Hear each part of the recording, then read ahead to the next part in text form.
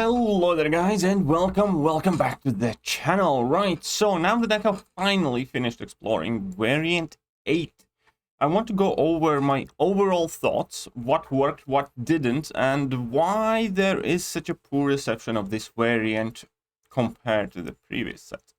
Now, a lot of people like to portray me as some sort of negative Nancy, but I like to think that I do my best to give constructive criticism and be fair, talk about the good things, praise Kabam when they earn it, and obviously highlight the bad things. Unfortunately, Kabam makes the second part very easy and obvious far too often, and I don't think anybody can really deny it. Despite all of that, it is within my best interest, and also something that I personally hope for, that this game does as well as it can do. Therefore, I do believe that constructive feedback is useful, it's needed, it's necessary, and whenever I do heavily and actively criticize things that Kabam or this game has done, or things that go wrong here, it is not from a place of evil. It's not to glean, it's not to just make fun of somebody. It's hoping that somebody who actually has the power change things for the better within Kabam perhaps also gets to see those videos, and perhaps they can change something for the better in this game. That being said, on a personal level, I actually enjoyed this variant much more than I did previous couple ones. There are several reasons for it, but I think the primary reason, and this is the boss issues aside, primary reason for that is because it was harder, and in majority of the cases it was enjoyably harder.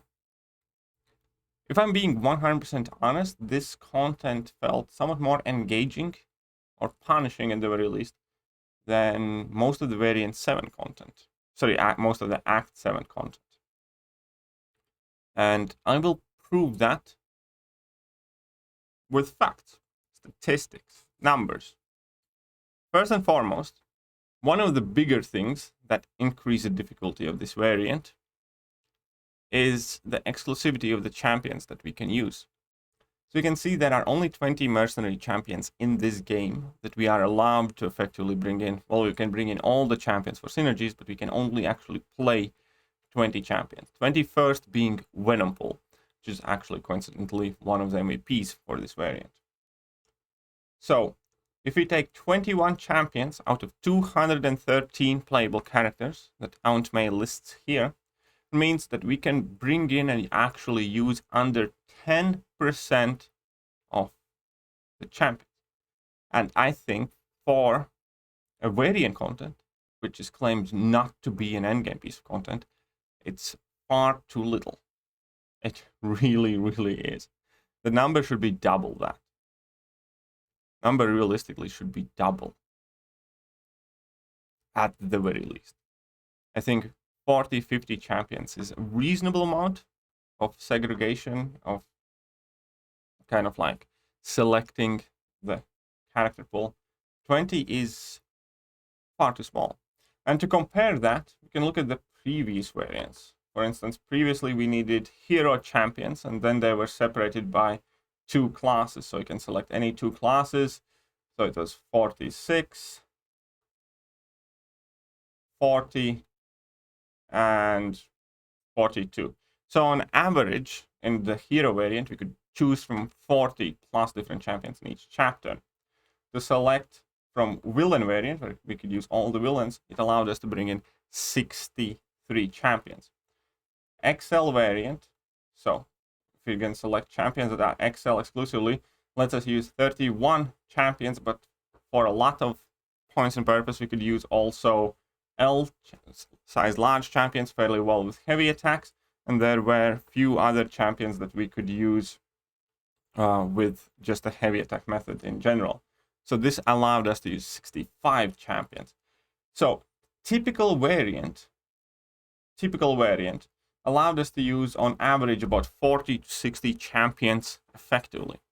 This variant whittle that number down by 50% or more. Basically, we ended up using only 20 characters. Now, on top of that, when you whittle this champion pool down to 20, realistically, exactly half of that champion pool is either of very bad champions or very exclusive champions.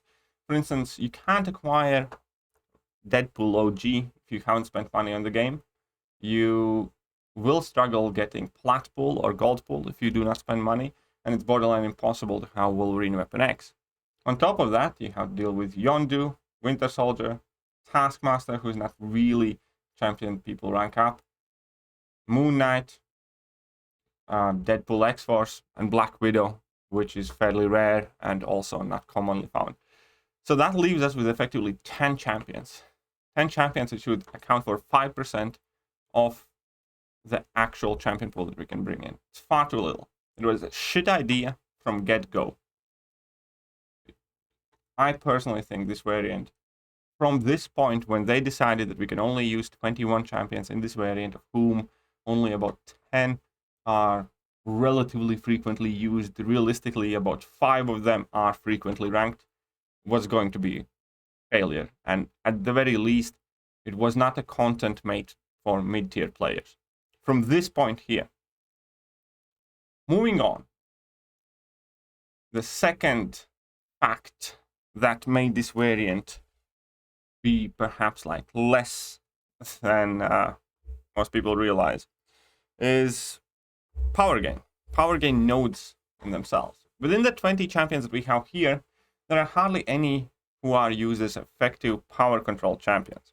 If you take a look at the champion list again, there's Winter Soldier, there's Luke Cage, there's Nebula, who have some sort of power gain abilities. Maybe I'm missing someone, but that's just about it. So you have 3 champions, one of whom will realistically be used. And obviously, Kabam decided to capitalize on that. If we take a look at every single quest, which I have done, I wrote down how many power gain nodes and how many power gain bosses we have. So I went through every single quest, took notes, and exactly 10 out of 30 lanes in this variant include power gain abilities, such as Vivify, such as increased power gain and power snack and things like that. So 1/3 of the path in this entire thing has significantly increased power gain on opponents. That's a characteristic feature of this variant. There's no way around it. Just like Act 7.3 has 1/3 of the lanes filled with Paradox, and we can identify 7.3 as the chapter with the Paradox nodes. This is the variant with the power gain nodes, because 1/3 of the lanes directly have significantly improved power gain.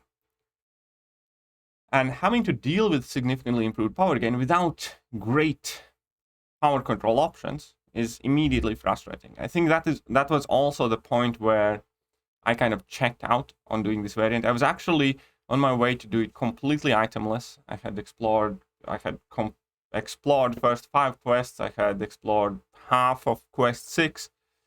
And then somewhere in the middle of second invade lane, I was just like, you know what, I'm tired of this. Like, couldn't anymore focus anymore. Because it just was too much. It was too frustrating. Baiting out special attacks all the time, hoping opponent throws them. Whenever they don't, you end up getting cornered against the wall, get hit in the face, you die. That was kind of like the motto of this variant a lot. And even though it was manageable, it was far more just annoying and frustrating a piece of content like this should be. On top of that, 4 out of 6 bosses also have some sort of improved power gain nodes in the form of Energize or in the form of kinetic transference and power snack and things like that. So 66%, 4 out of 6 bosses in this variant also have power gain nodes associated with them. And the last point that, yet again, to me, makes very little to no sense is this. So this is an attack and health value from champions in 7.3. So 7.3 being the latest endgame piece of content released. or if 7.3 is not an endgame piece of content, then Kabam would have to elaborate me what is classed as endgame piece of content, because it does award tier 6 basic and tier 3 alpha and stuff like that. Right, anyways, so this is here. And we can see that the attack value is 8,871. Health pool is 379,000.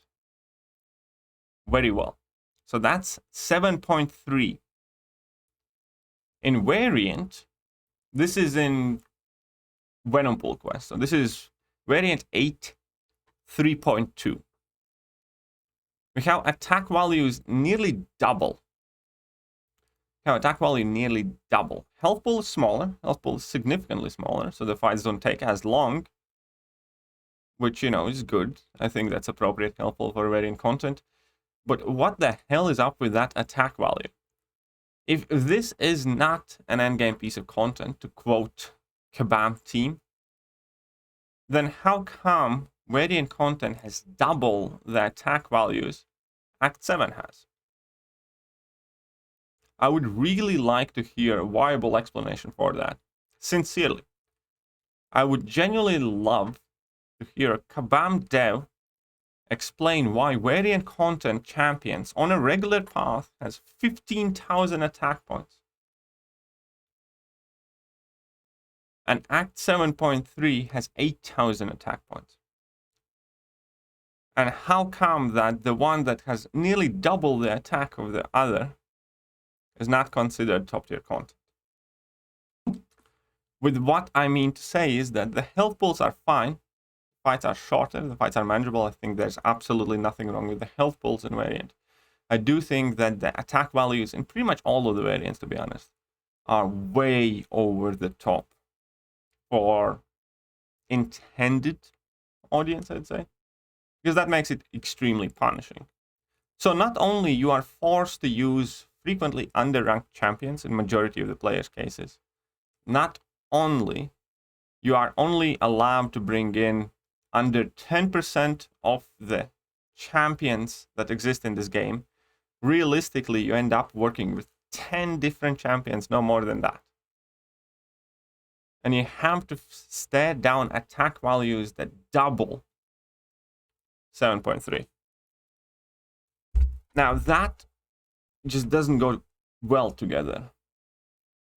And that is, in my opinion, also the reason why this variant is not well received at all by general public. Again, if I'm not speaking for the player base, then on a personal level, overall, I enjoyed this variant more than I did variant 7 and variant 6 and variant 5. Yeah, I feel comfortable saying that. There were some interesting lanes. There were plenty really frustrating lanes.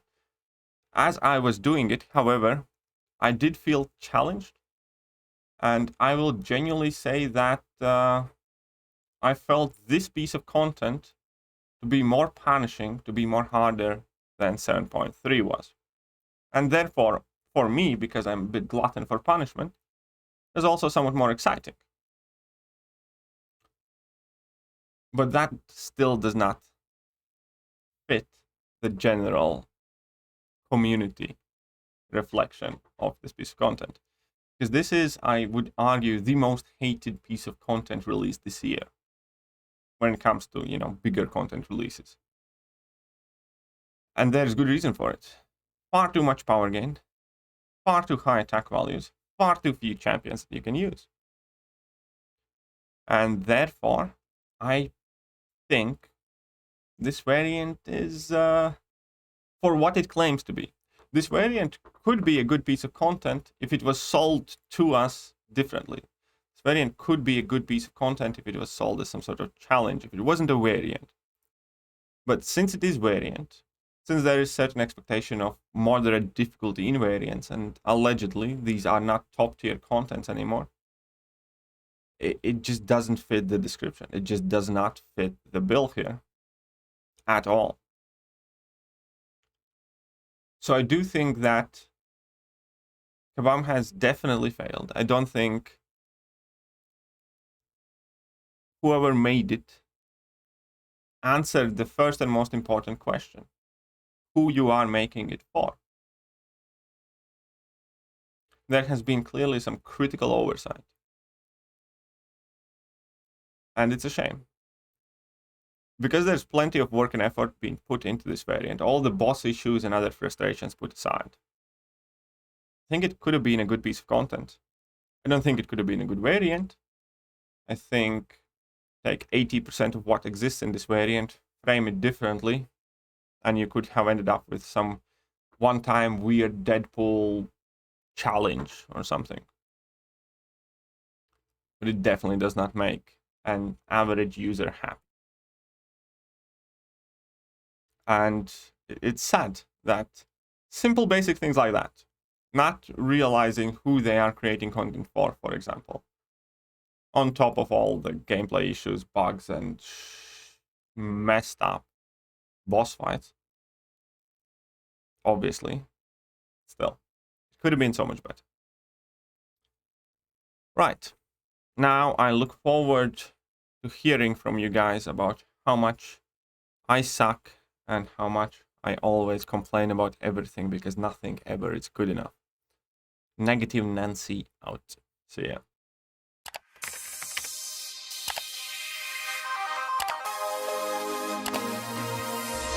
Hello there guys and welcome back to the channel. So we have all the information about